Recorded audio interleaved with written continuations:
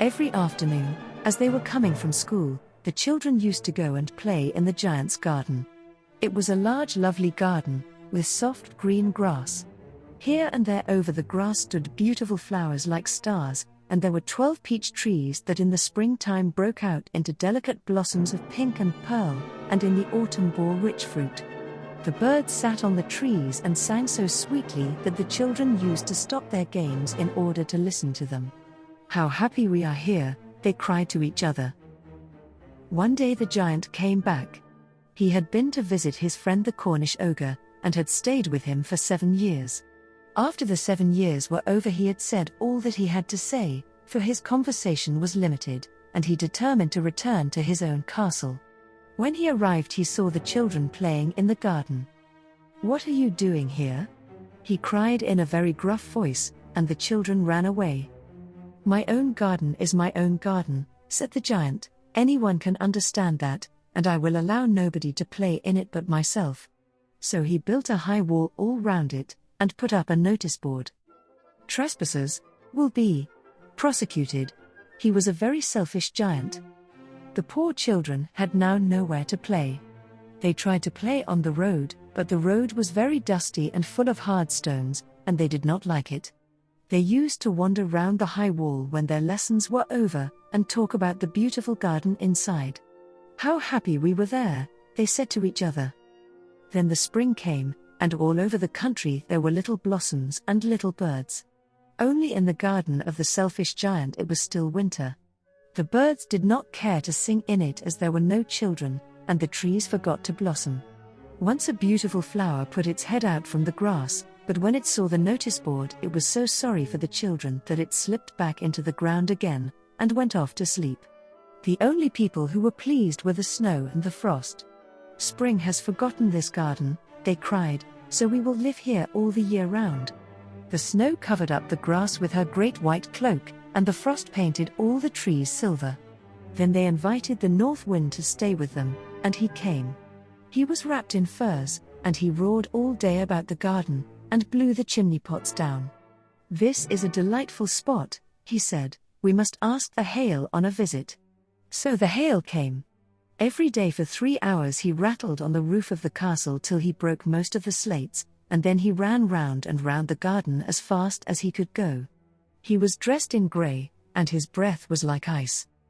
"I cannot understand why the spring is so late in coming," said the selfish giant, as he sat at the window and looked out at his cold white garden. "I hope there will be a change in the weather." But the spring never came, nor the summer. The autumn gave golden fruit to every garden, but to the giant's garden she gave none. "He is too selfish," she said. So it was always winter there, and the north wind, and the hail, and the frost, and the snow danced about through the trees.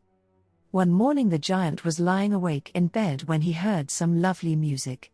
It sounded so sweet to his ears that he thought it must be the king's musicians passing by. It was really only a little linnet singing outside his window, but it was so long since he had heard a bird sing in his garden that it seemed to him to be the most beautiful music in the world. Then the hail stopped dancing over his head, and the north wind ceased roaring, and a delicious perfume came to him through the open casement.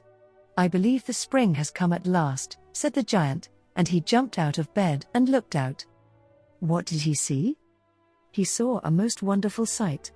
Through a little hole in the wall the children had crept in, and they were sitting in the branches of the trees. In every tree that he could see there was a little child. And the trees were so glad to have the children back again that they had covered themselves with blossoms, and were waving their arms gently above the children's heads. The birds were flying about and twittering with delight, and the flowers were looking up through the green grass and laughing. It was a lovely scene, only in one corner it was still winter. It was the farthest corner of the garden, and in it was standing a little boy. He was so small that he could not reach up to the branches of the tree, and he was wandering all round it, crying bitterly. The poor tree was still quite covered with frost and snow, and the north wind was blowing and roaring above it. "Climb up, little boy," said the tree, and it bent its branches down as low as it could, but the boy was too tiny. And the giant's heart melted as he looked out. "How selfish I have been," he said. Now I know why the spring would not come here. I will put that poor little boy on the top of the tree, and then I will knock down the wall, and my garden shall be the children's playground forever and ever." He was really very sorry for what he had done. So he crept downstairs and opened the front door quite softly, and went out into the garden. But when the children saw him, they were so frightened that they all ran away, and the garden became winter again. Only the little boy did not run, for his eyes were so full of tears that he did not see the giant coming. And the giant stole up behind him and took him gently in his hand, and put him up into the tree. And the tree broke at once into blossom, and the birds came and sang on it, and the little boy stretched out his 2 arms and flung them round the giant's neck, and kissed him. And the other children, when they saw that the giant was not wicked any longer, came running back, and with them came the spring. "It is your garden now, little children," said the giant, and he took a great axe and knocked down the wall.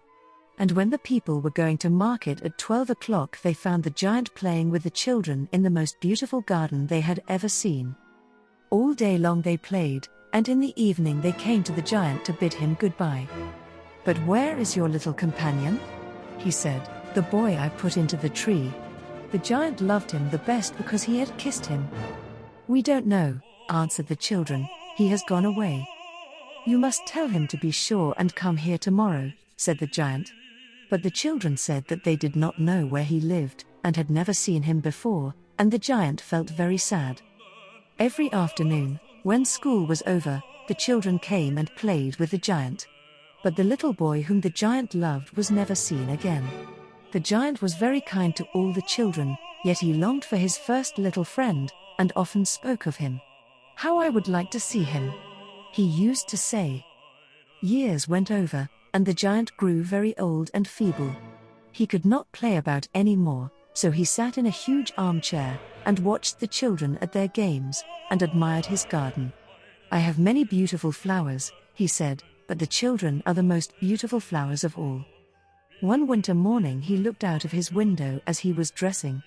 He did not hate the winter now, for he knew that it was merely the spring asleep, and that the flowers were resting.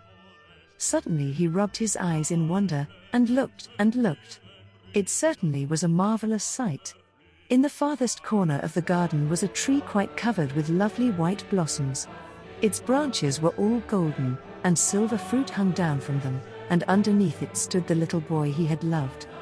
Downstairs ran the giant in great joy, and out into the garden.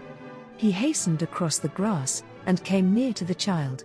And when he came quite close, his face grew red with anger, and he said, "Who hath dared to wound thee?"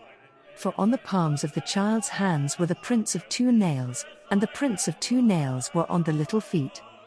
"Who hath dared to wound thee?" cried the giant. "Tell me, that I may take my big sword and slay him." "Nay," answered the child, "but these are the wounds of love."